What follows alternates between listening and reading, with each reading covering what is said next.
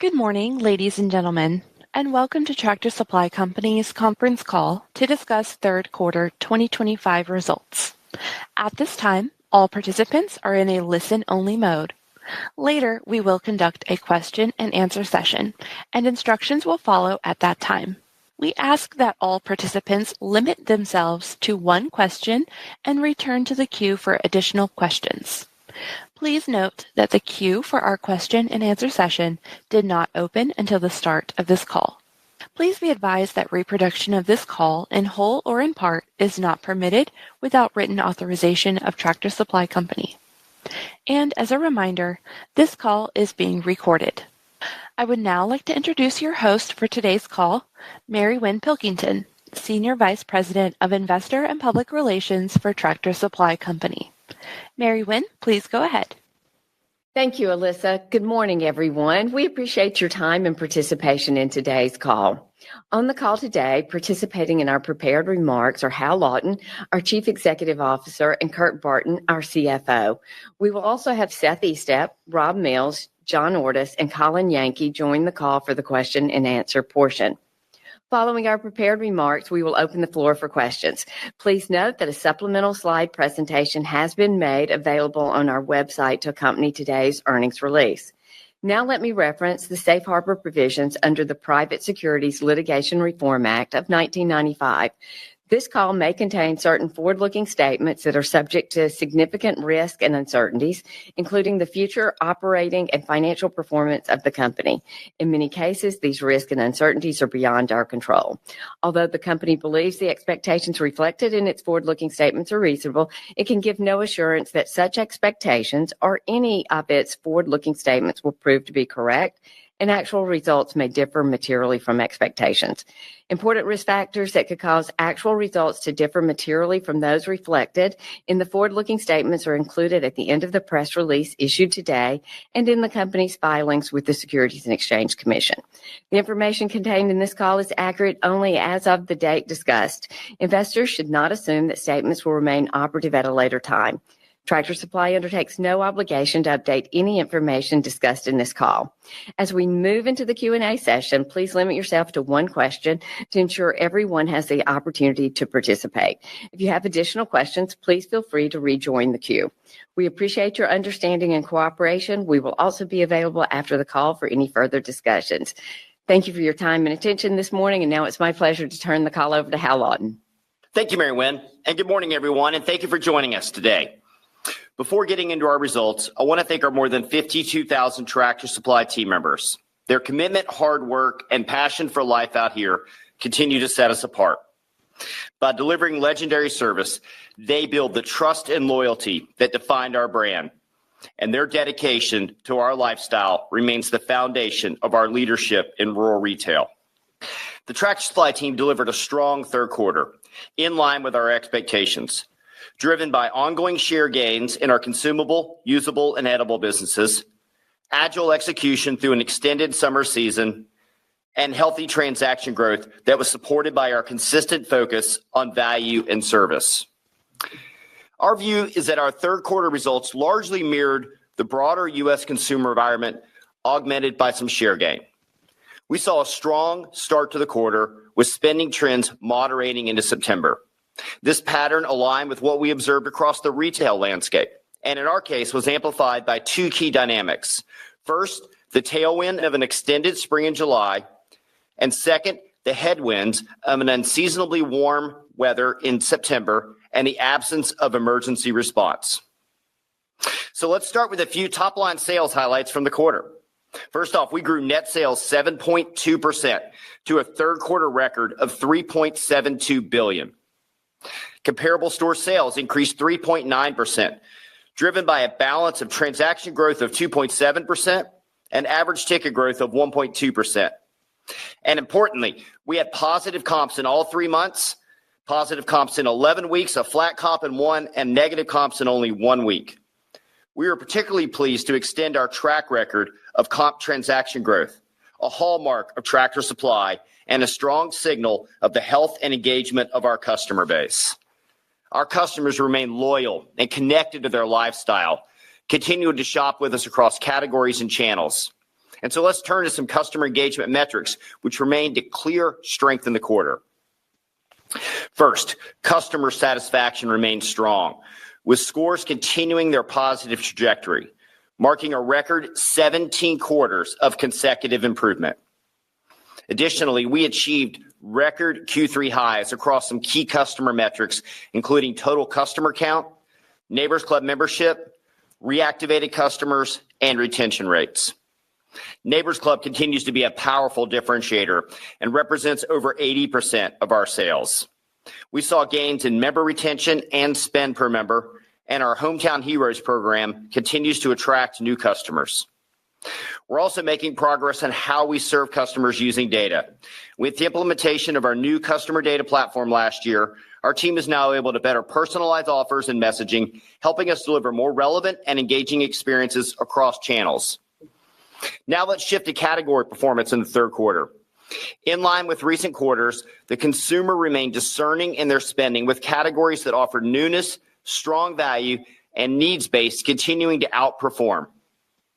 Our comp sales growth was driven by strong seasonal performance in spring and summer products, along with continued momentum in our core year-round CUE categories. As we move from the second quarter into the third, seasonal categories strengthened meaningfully. After a more modest first half, we benefited from the bathtub effect of the extended summer season. We believe this was about a 50 to 60 basis point contribution to the third quarter that would have historically been in the first half. As it relates to seasonal, the team did a great job capitalizing on the elongated summer season, whether through strategically positioned inventory, enhanced financing offers, or targeted labor investments. Across the company, our merchants, to our store teams, to our supply chain, the organization leaned in to capture every single sales opportunity. A great example of that execution was in our tractors and riders category, which delivered another strong quarter. Our industry-leading lineup of zero-turn mowers, combined with the disciplined inventory management and effective merchandising, continued to resonate with customers and drove share gains in this category in the quarter. Additionally, other categories in seasonal that saw standout results were lawn and garden, sprayers and chemicals, and power equipment parts and accessories. In our hallmark area of CUE, we saw stronger than average growth in livestock, equine, poultry feed and supplies, and wildlife supplies. And in wildlife supplies, we continue to expand our position as a destination for outdoor enthusiasts across gun safes, deer corn, feeders, hunting blinds, attractants, trail cameras, and more. Our customers are responding to the depth of the inventory and the newness that we're bringing into the category, including the launch of the Field & Stream brand. We now have nearly 50 SKUs in this brand available in-store and online with a robust pipeline in development, and this launch strengthens our position as the destination for the out here lifestyle.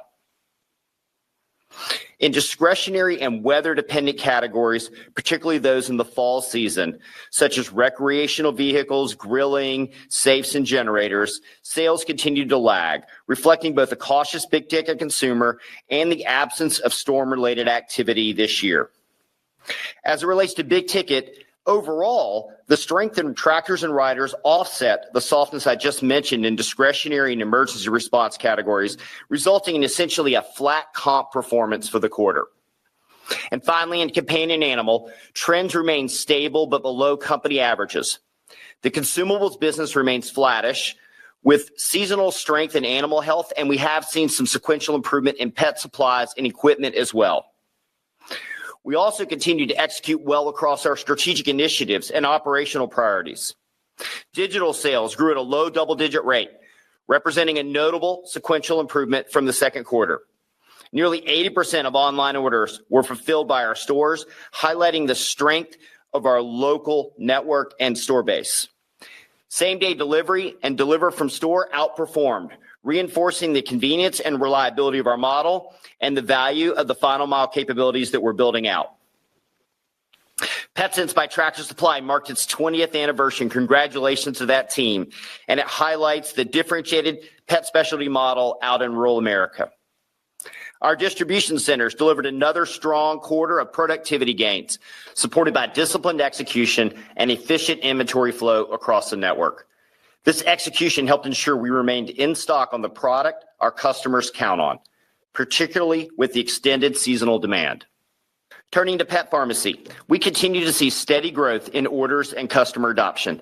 Each week, we're seeing an increase in Neighbors Club subscriptions of prescription and over-the-counter products, leveraging our Allivet acquisition. Our customers continue to engage with our suite of pet services, which also includes pet washes and vet clinics. On the real estate front, we remain disciplined and confident in our growth strategy. We opened 29 new Tractor Supply stores in the quarter, bringing our year-to-date total to 68. New store productivity continues to perform very well. Our pipeline of 2026 and into 2027 remains robust, with significant runway for low-risk, value-creating organic growth ahead. We also continue to invest in our existing store fleet. We now have 55% of our chain in the Project Fusion layout and nearly 700 garden centers. These are capital investments that provide a multi-year runway for growth and extend the terminal value of our stores. They help us be more relevant to both our core customers and our new customers, allowing us to garner a greater share of their spending and be the dependable supplier for their lifestyle. Finally, we're making solid progress on advancing our Life Out Here strategic initiatives with a focus on direct sales and final mile.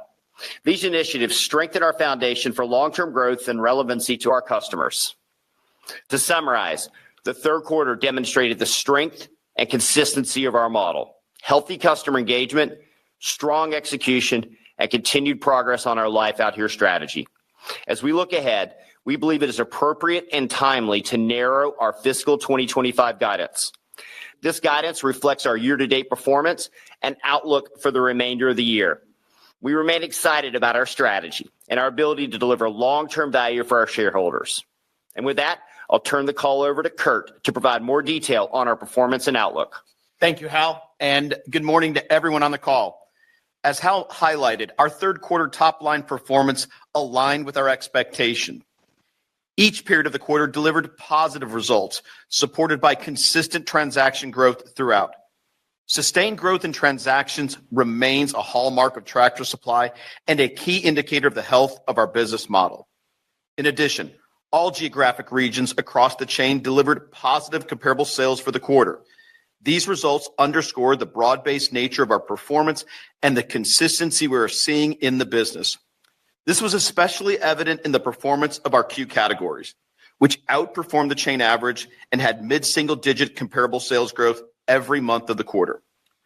While the early part of the quarter benefited from the extended spring selling season, the later portion was pressured by lingering summer heat and dry conditions, with no meaningful shift to fall weather.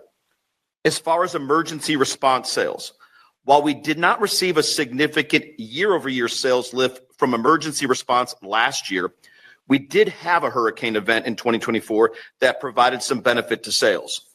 This year, we had no emergency weather-related activity, which represented a modest headwind to our third quarter comparisons. Let me add a few additional comments on our comp sales to complement Hal's remarks. The transition from price deflation to modest inflation year over year was consistent with our expectations for the quarter. Average ticket increased 1.2%, driven principally by higher average unit retail. This was primarily the result of a higher but stable commodity cost environment and, to a lesser extent, selective price adjustments as higher product costs flowed through our supply chain.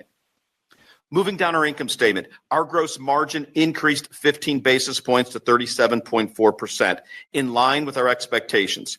This performance reflects the continued discipline of our merchant team in managing product costs and consistent execution of our everyday low price strategy. These benefits more than offset the anticipated pressure from tariff costs and higher transportation costs as we lapped last year's benefit from the opening of a new distribution center, along with the modest cost increase to support our strategic investment in final mile delivery. We remain very pleased with our ability to expand gross margin in this environment, which speaks to the strength of our cost management initiatives.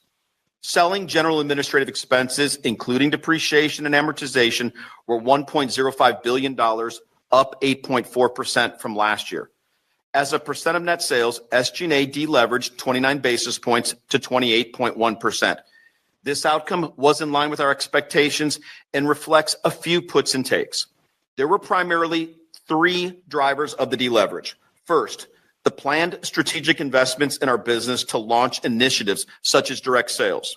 Second, higher incentive compensation from stronger performance, primarily at the store level, and the lap from last year's lower accruals.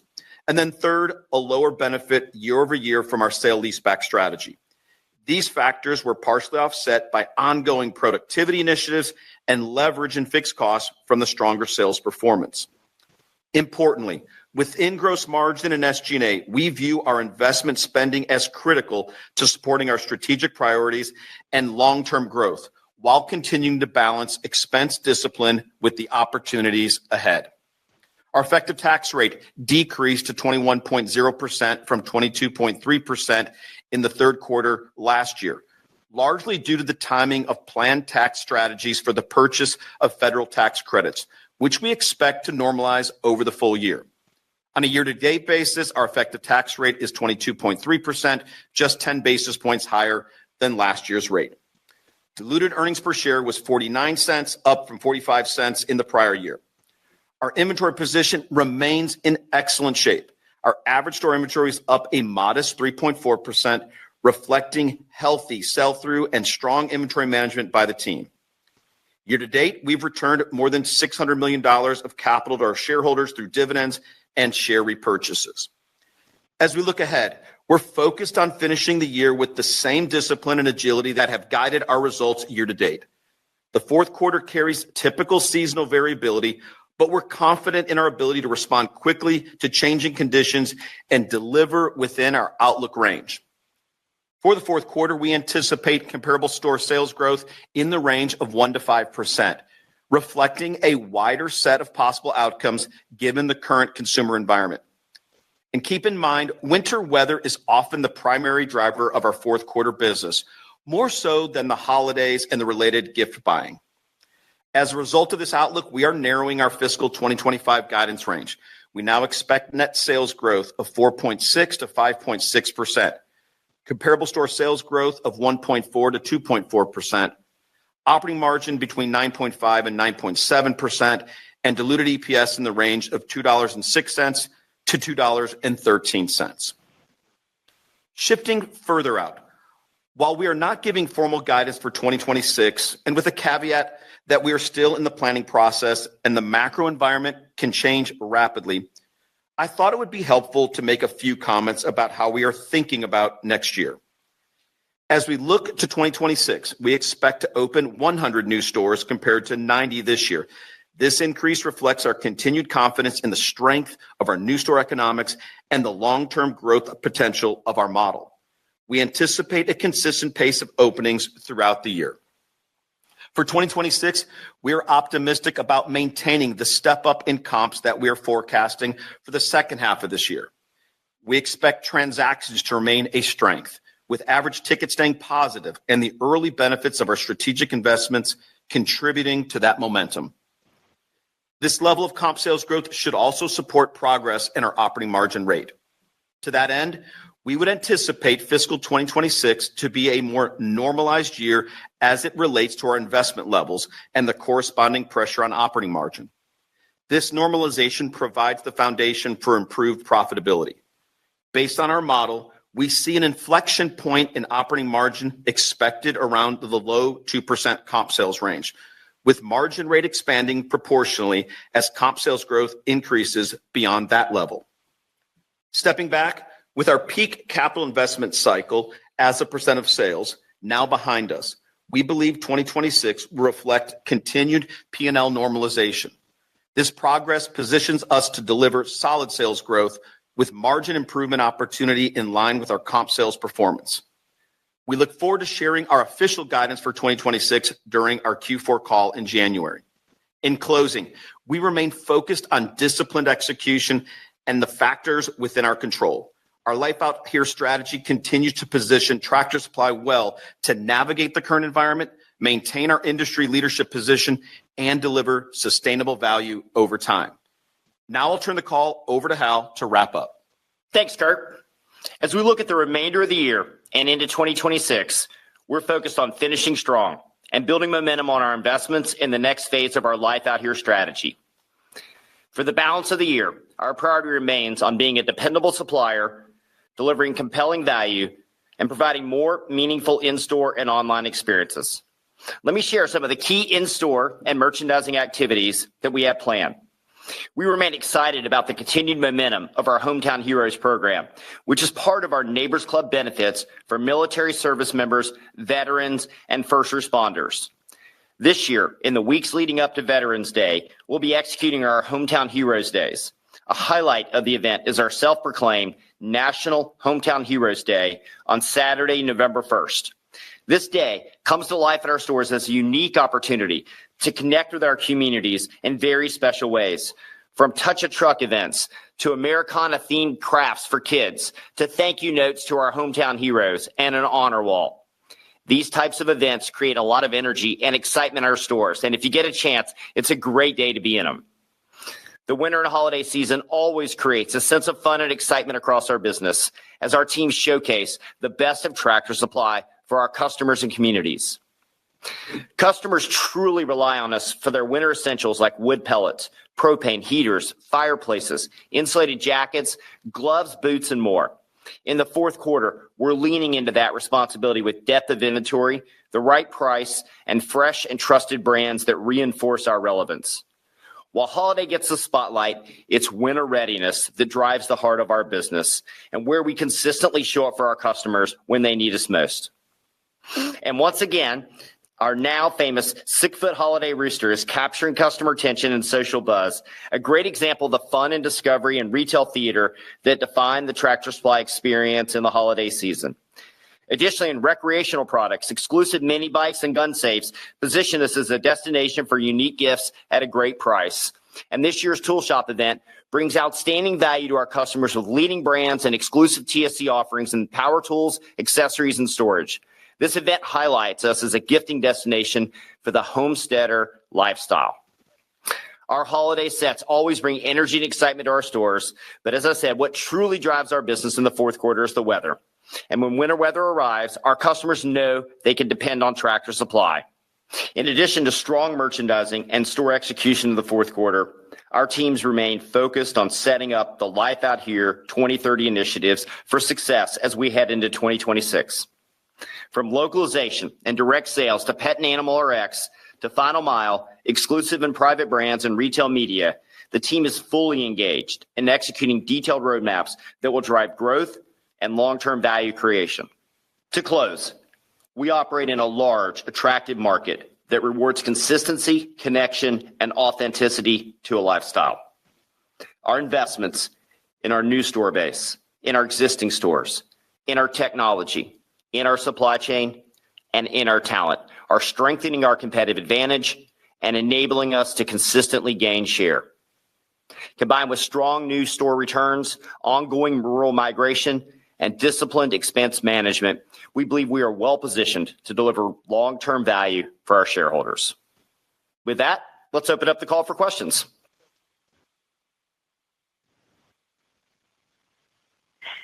Thank you. We will now begin the question and answer session. If you would like to ask a question, please press star followed by 1 on your telephone keypad. If for any reason you would like to remove your question from the queue, please press star 2. Additionally, if you are using a speakerphone, please remember to pick up your handset before asking your question. We ask that all participants limit themselves to 1 question and return to the queue for additional questions. Once again, please press star 1 to join the questions queue. We will pause here as questions register. The first question is from the line of Steven Forbes with Guggenheim. Please go ahead. Good morning, everyone. Hal, curious if you can give us an update specifically around the direct sales rep build out, and maybe how many you plan to have in place by year end. You know, what will the final mileage coverage be on a percentage of the store base, and then lastly, just like how should we be thinking about the benefit of the incremental sales potentially offsetting the initial startup cost, right, associated with the initiative next year? It sort of sounds like you're implying that there's a potential sort of net benefit to margin next year as this program ramps and you're getting the benefit of sales flow through? Good morning, Stephen, and thanks for joining us on the call, and thanks for the question about direct sales. I'll give a couple high-level comments and then turn it over to John to provide further detail. But at the highest level, what I'd say is we remain incredibly bullish and confident in our direct sales initiative. It's off to an excellent start, right on top of the expectations that we set at the beginning of the year in terms of rollout, sales rep ramping, the sales attributed to that ramping, et cetera. As we've been clear, this year there was some expense investment that we've made in that business to get it launched and ramped. That's embedded in the guidance that we've been giving throughout the year.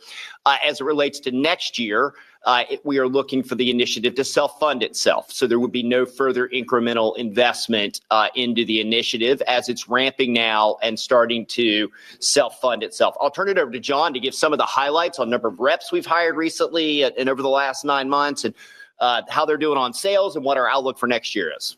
Yeah, thanks. Hey, Stephen. Good morning. Our direct sales business continues to scale rapidly with reps covering. We're over 300 stores now. I think it's 312 as of today. Our big barn customers are comping at nearly 50% with our direct sales specialists working directly with them. And we're selling over $200,000 a week now in sales. So and continue to ramp pretty fast. We're taking that legendary service that our stores do a great job in, and we're taking it out to the big barn customer. I'll give you just a quick example of a recent customer. So customer in the Florida market was buying feed at a competitor somewhere else. After 3 visits, and it normally takes about 3 to 4 visits for us to complete that sale, that customer decided to move to us. They're buying 80 bags of feed, now 2 skids of feed, buying them every other week, and we're able to create that relationship and an ongoing relationship. And then we'll continue to build on that basket as we go. Our team builds these relationships with our customers, and our specialists have over 10 years, on average 10 years of experience in this industry, and 100% of them live the lifestyle. So we're very pleased with the people we've hired. We're very pleased with where we're at. We've done 4 cohorts now, 4 training classes. The first, obviously, class in April, and that's starting to ramp up faster, and we're seeing that ramp as each week as that class ramps up. To answer your question on specialists, we're at 48 specialists right now.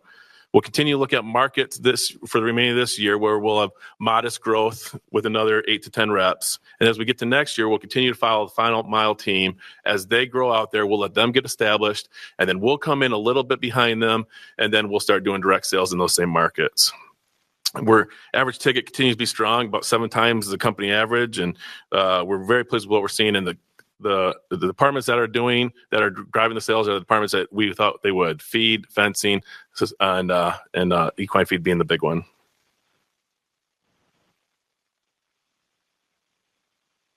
Thank you. Thank you. The next question is from the line of Michael Lasser with UBS. Please go ahead. Good morning. Thank you so much for taking my question. The question is on any changes you're seeing around the consumer behavior who lives in the life out here environment, especially because the perception is that trends have slowed quarter to date, and folks are wondering, is that due to just the weather, or is there something more that's going on? And then as part of it, you were helpful in giving some color on the contribution from your initiatives, $200,000 in incremental sales per week. If you could build on that and give us a sense for how you think about that contribution as you move into next year across all of the initiatives that you have in place. Thank you very much. Hey, Michael, and thanks for joining the call today, and good morning to you. I'll start out first just on the state of our consumer. Our consumer remains strong, resilient. We shared some of the metrics in our prepared remarks, but we had exceptional customer metrics in Q3, whether it relates to engagement and their shopping patterns or whether it relates to overall customer satisfaction. Those trends have not changed dramatically as we've moved into Q4, very much steady as she goes. I'll highlight a couple things on that. As we all know, the core component of that is our Q business. Our Q business continues to run very stable and very much in line with our year-to-date trends, and that's the fundamental underpinnings and foundation of our business. Certainly would acknowledge that the first couple of weeks here, 3 weeks or so of October, have had unfavorable weather for us, but it's the last few days started to get cool across the country, and we feel very good about the outlook for the balance of the quarter. That's reflected in our guidance of 1 to 5% comp. And as we talked about in our prepared remarks as well, the biggest driver of variation in our sales in a Q4 is a winter storm. And if you go back over the last decade or so, it's about 50-50 in those last 2 weeks. If you get a polar vortex or a really, really significant cold snap. You look at like 2018, I think is a great example for this quarter where it started out warm in October. Very similarly, our first couple weeks were tougher comps. There was a government shutdown going on, and holiday sales that year were some of the weakest holiday sales in the last decade.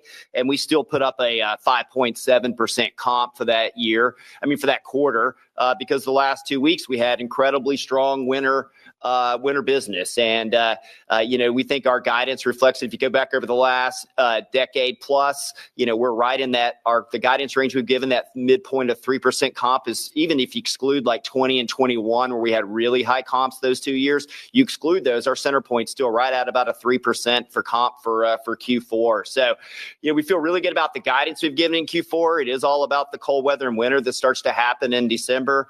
We're really optimistic about our holiday. We've got a lot of things locked and loaded for that. Our Hometown Heroes event should give us the opportunity to get into the market very early in a very unique way for Tractor Supply. So just can't say enough positive things about how we're thinking about the balance of Q4, and we feel as bullish on Q4 as we did 3 months ago on our most previous earnings call. As it relates to the comments John made on direct sales, Michael, I'd say a few things. First off, John mentioned we've got a little over 40 sales reps right now, 48 sales reps in place. I'd say, 20 to 25 of them are really doing the bulk of the sales driving right now out of that first cohort, second cohort of classes, and driving that $250,000 a week we're seeing right now. And we're ramping sequentially every single week. So we feel really good about the continued benefit that's going to drive for us into next year. And we've always talked about 2026 would be when you'd start to see the impact of the initiatives in our results. At our next earnings call, we certainly will be providing guidance for 26 and more detail on how the initiatives layer into that guidance. But no doubt direct sales, will be a complement and a driver of our growth next year. Thanks so much for the question, Michael. Thank you very much. Thank you. The next question is from the line of Kate McShane with Goldman Sachs. Please go ahead.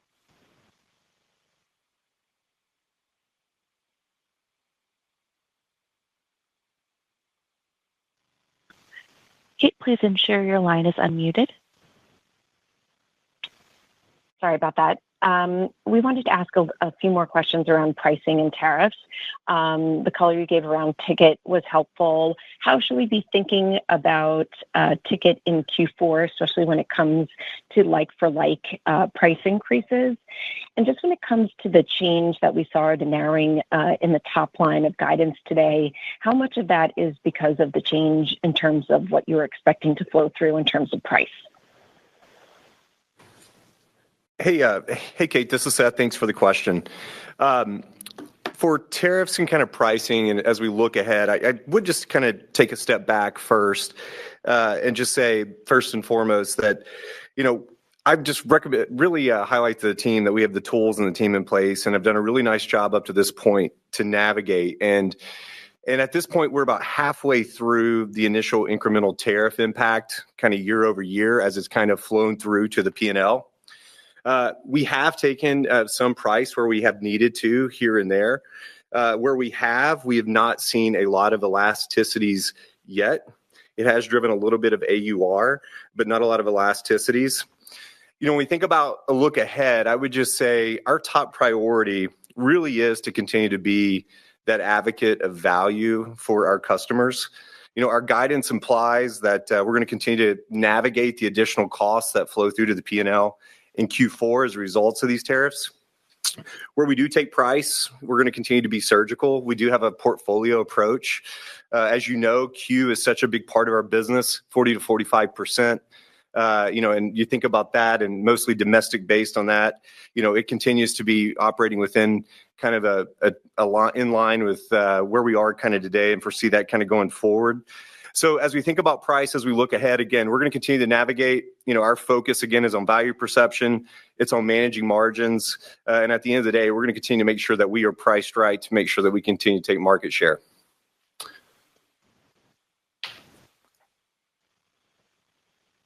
Thank you. The next question is from Scott Ciccarelli with Truist. Please go ahead. Good morning, guys. So Kurt provides some comments on 26. So when you guys look at next year and the OI margin expansion you referenced, is the potential on the 2% plus comp, coming from SG&A leverage? Is it coming from growth? Is there a mix? Can you just provide any more color or clarity around the thought process around that? Thank you. Yes, Scott. What you heard from me in my remarks, I'd summarize by saying we expect and see momentum in our gross margin expansion in 2026.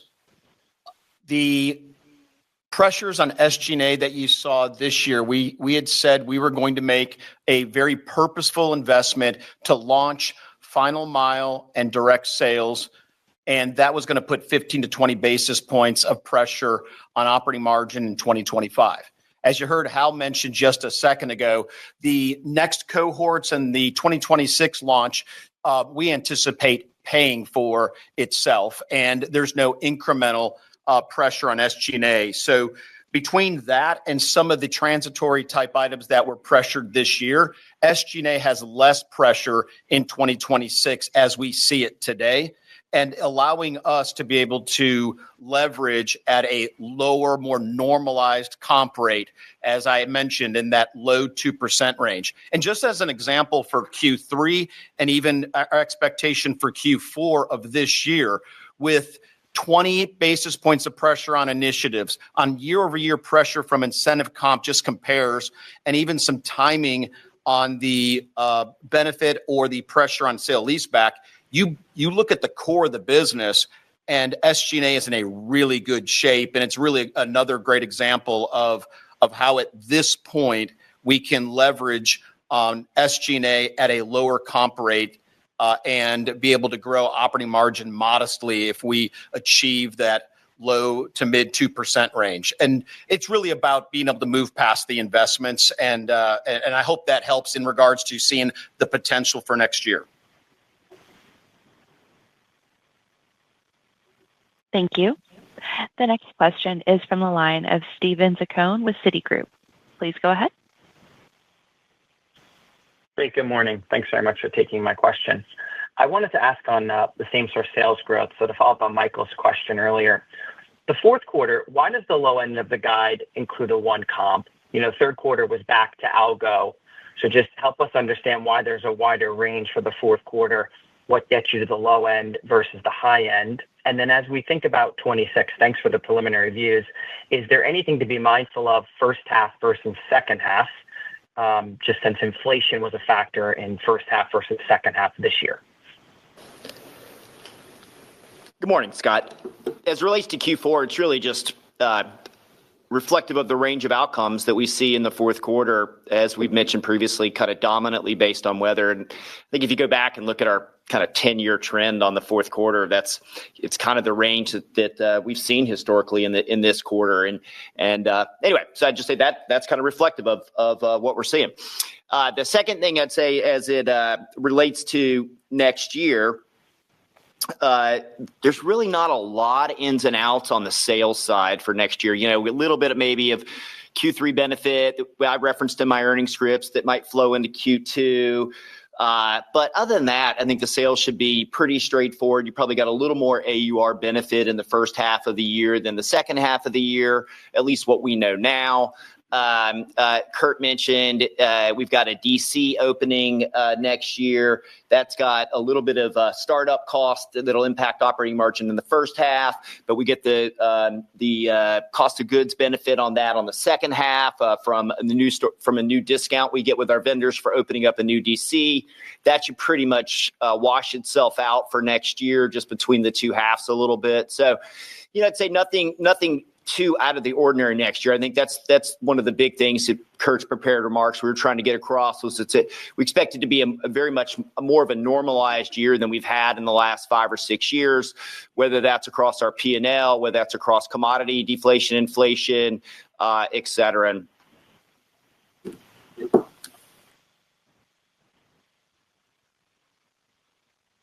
Thank you. The next question is from the line of Zach Badham with Wells Fargo. Please go ahead. Hey, good morning. Kurt, on your 26 comments, maybe we could talk a bit more about the comp building blocks. Maybe we talked a little bit about direct sales. Maybe we could touch on Allivet and curious how you think about other things like commodity inflation and tax refund stimulus. And adding this all up, is it fair to anticipate a return to comp algo in 26? The information that I've shared thus far is about the length of what, at this point, I think it's appropriate to share on our thoughts for 2026. It's really been intended to say the P&L is more normalizing and at a run rate relatively consistent with what you're seeing in the second half of this year, there's an opportunity for margin inflection. We certainly will be able to share some of the details on how we build up to our guidance range for comp sales in the back half of the year. Things that we've said thus far that I'll just reiterate that it's important to understand. We see AURs continuing to be in a positive scenario the back half of this year and going into 2026.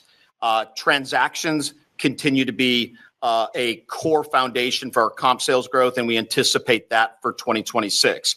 So in general, the consumer continues to engage in the lifestyle. We have a solid demand for our core business.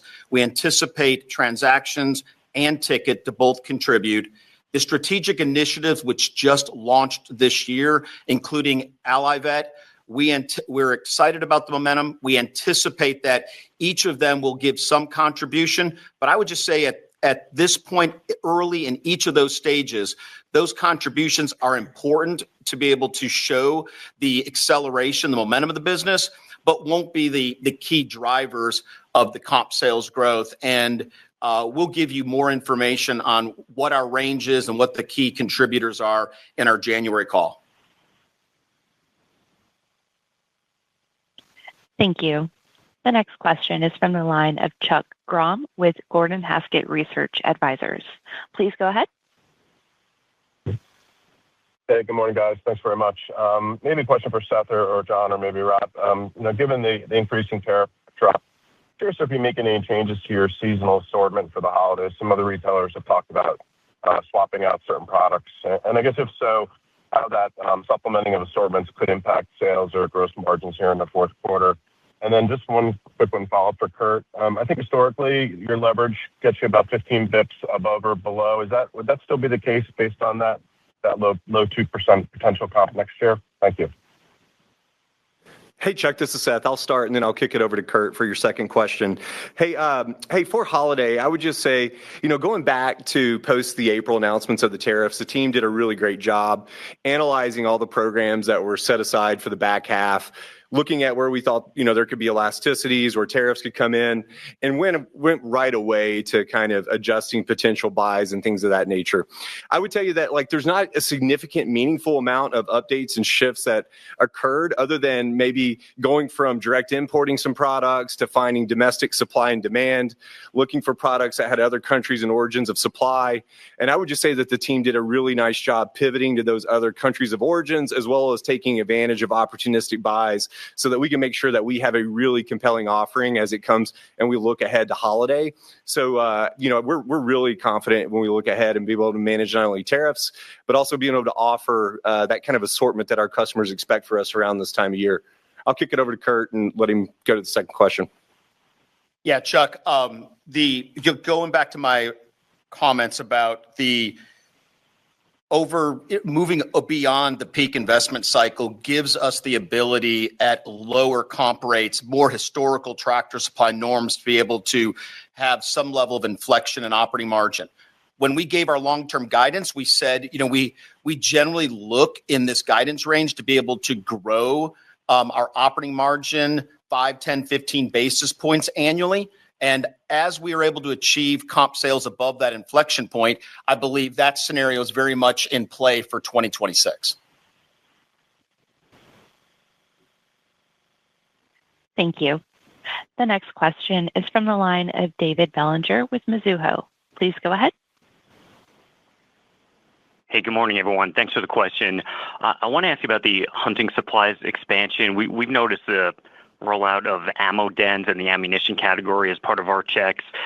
Can you help us size the revenue opportunity and the potential comp uplift there? How many stores can this reach, and any early reads from your core customer? Thank you. Hey, David, it's Seth. Hey, thanks for the question. Hey, I would start with just saying that, wildlife and recreation supplies have been a core kind of category growth strategy for us. If we go back even over the last 5 years, and we continue to be really, really pleased with the growth of the categories and those items as we're looking at those in the store. So when it goes directly to ammo, I would say ammo for us was just kind of a natural extension to that kind of outdoor wildlife and recreation category. We are the market leader in safes. We are growing significantly in cullet feed and attractants. And when you look at those categories, ammo is kind of like that next iteration of Q when you think about that wildlife category for us.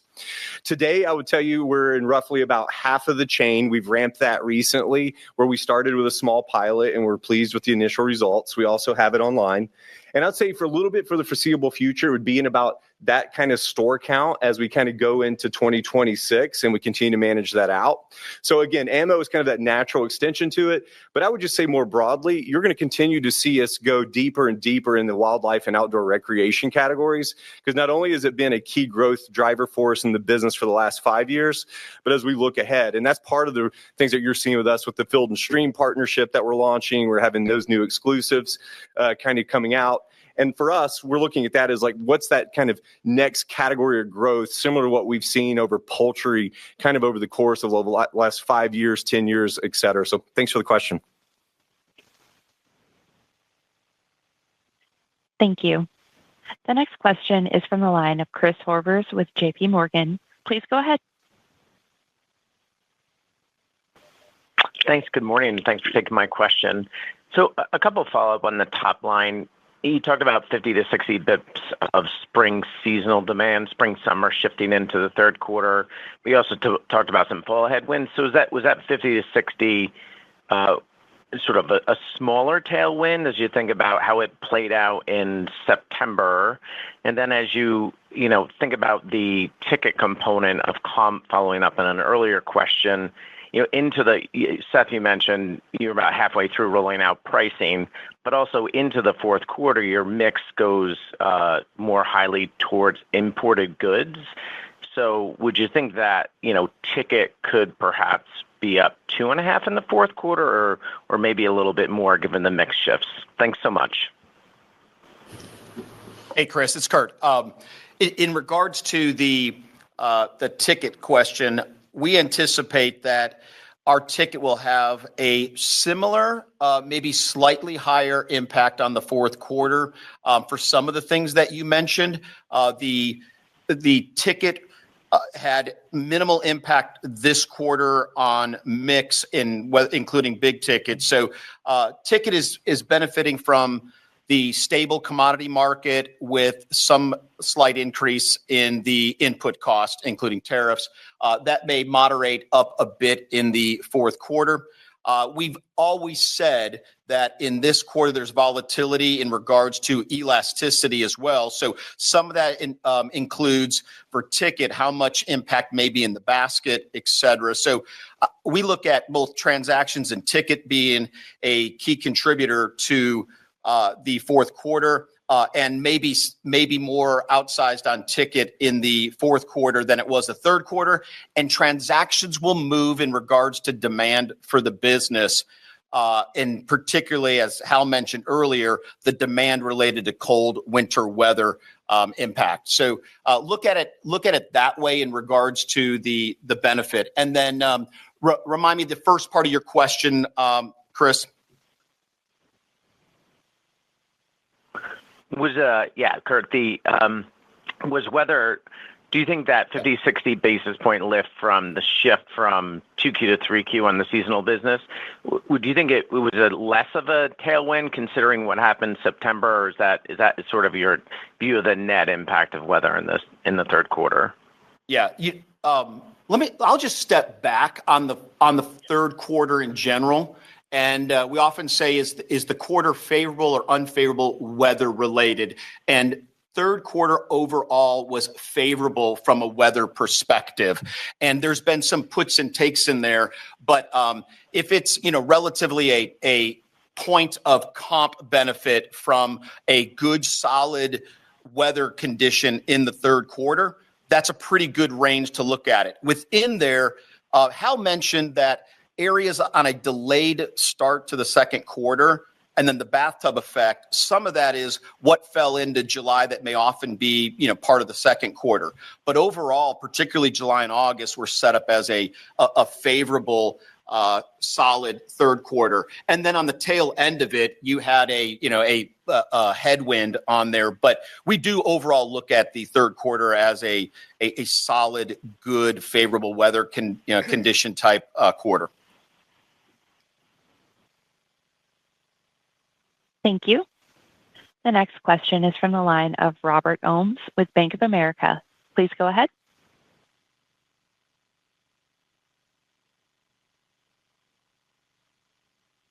Robert, please ensure your line is unmuted. Sorry about that. Sorry, just two quick questions. Maybe, Hal, can we get an update on retail media for Tractor Supply? And then another question for the team would just be, I think you guys on the release you put out mentioned softness in select discretionary categories. A little color on that. Was it apparel? Sounds like it wasn't big ticket overall, but would love to get any color on that. Thank you. Hey, Robert. Thanks so much for the question today. I'll take the second one, and then I'll toss it to Rob to share some details on direct sales. On retail media. As it relates to the softness in discretionary, really not much difference in what we saw in Q3 than what we saw in Q1 and Q2. The seasonal big ticket certainly continues to resonate with customers when there's a need, they're purchasing. We saw that in July and August with riding lawnmowers, as we called out. But on the flip side is if there's not a big driver of demand right now, we still see customers being a little bit cautious in their purchase as a big ticket. And for us, those are things like, say, dog kennels and crates. It's things like that we've called out also, like trailers and gun safes.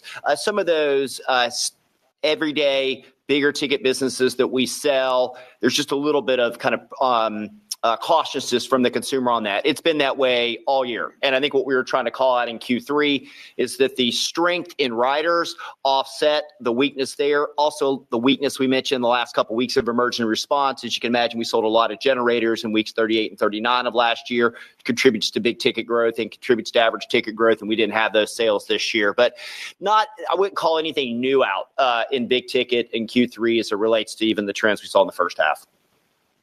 All right. And good morning, Robert. This is Rob. Hope all's well. Hey, so first, from a retail media perspective, we're continuing to make really strong progress. You know, we entered this year with retail media with two primary objectives.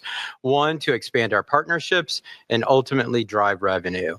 And we're on track for this year to deliver a triple retail media revenue growth year over year. So we're very pleased about that. We're doing that by expanding the partnership count over 80%. Our average partner revenue is up by nearly 50%, and we're introducing new products and capabilities to our partners, such as, branded pages, offsite products, and expanding our in-store display retail media offerings. We're really early still into retail media. I would call it kind of say the first inning, but we're really pleased with the progress the team's made. We have extreme focus. We have strong value proposition back to our partners, really focusing on the footsteps in the rural market area. And in 26, where we're going to double down, expanding our vision to more of the self-service capabilities, the model related to more product placement, related to ads, as well as products in general. So with these expansion, the momentum that we're seeing in our partnership, as well as just continuing to put the focus on our value proposition, we feel we're well positioned going into 26. We're very pleased. The team's done a great job. Thank you. The next question is from the line of Peter Benedict with Baird. Please go ahead. Hi, good morning, guys. Thanks for taking the question. I guess I'll ask on AI, just maybe an update on what you guys are doing in that area, and what your kind of outlook is for how you're going to layer it into Tractor Supply. Thank you. Yeah. Hey, Peter. Thanks so much for the question on AI. We've got a lot of exciting things going on that front. And I'm going to break it into three buckets. Enterprise level software. The second is custom built, now we call it off-the-shelf enterprise software. Second, I'd call custom-built enterprise software. And then the third I would talk about is around agents and automation. First off, on the enterprise purchased software, all of our vendors that we work closely with are now rolling in AI modules, AI analysis, AI capabilities, whether that's in ERP systems, whether that's in replenishment systems, marketing, et cetera. So we are fast adopters there where appropriate, obviously with clarity of understanding of functionality and security. On the second one, as in terms of custom built, we talked about that several times in the past. Those software systems applications that we built out, we continue to scale, we continue to refine, and they've become more and more key parts of just how we operate every single day. So whether that's Hey Gura, which is increasing in its use, whether that's Tractor Vision, in terms of our customers, calling out when customers need help in areas that our team members might not have visibility to them, or whether that's in Corso, which drives day-to-day operational tasks. So those are just three examples of custom-built applications that are scaled out now and continue to ramp in their impact and use by our team members. On the third one around kind of automation and agent build-out, over the last 6 months, we've done a enterprise integration with OpenAI. We now have over 1,200, I think 1,500 users that now have OpenAI enterprise accounts. That's integrated with our Snowflake data lake. And what that allows us to do now is to start really across the organization building agents to automate and make things simpler and faster. An example of that would be in, say, our FAST team, where in the past, when a FAST team member would finish a planogram reset, they would take a picture, they would send it to their district manager, district FAST supervisor. They would review it and provide manual feedback. We've now built up the capability where when that picture is taken, AI assesses the picture and gives immediate feedback to the team member. And our district FAST supervisor only has to get involved with escalations. And so, it just makes everybody's job more efficient and allows us to execute faster. And kudos to the team across, really all dimensions of our organization for embracing it and driving that productivity enhancements that it can provide. Alyssa, we've got time for maybe just one more quick question. So let's see if we can slip one more in. Great, thank you. Our final question will come from the line of Spencer Hannis with Wolfe Research. Please go ahead. Good morning. Thanks for the question. I just wanted to ask on store growth, stepping up for next year, where do you see most of that growth being centered? Is it new or infill markets? And then how are you thinking about the cannibalization from that growth and then the returns on those stores as well? Yeah, thanks for the question. Appreciate it. So on new store growth, first, I'd just say, as we look backwards, the last 18, 24 months, there were some questions around our new store productivity being lower, and we talked about there was a lot of noise in there. And as we said then, X the noise, we've been running pretty consistent, and we continue to be pretty consistent. The new store productivity numbers of late are continuing to show that our new store productivity is running strong and consistent. Our new stores are performing above pro forma. Our site selection and model is the best we've ever had. Our pipeline's strong, and the real estate and construction team are doing an excellent job continuing to build out these stores in the right locations.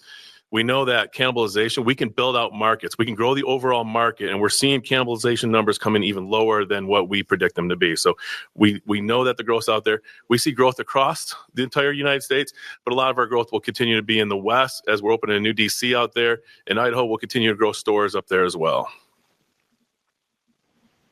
Right. Well, Alyssa, I know we've hit the top of the hour, so that will wrap our call. I'm around anytime anybody needs anything at all. So thank you all for joining our call today. Thank you. This will conclude today's conference call. Thank you all for your participation. You may now disconnect your lines.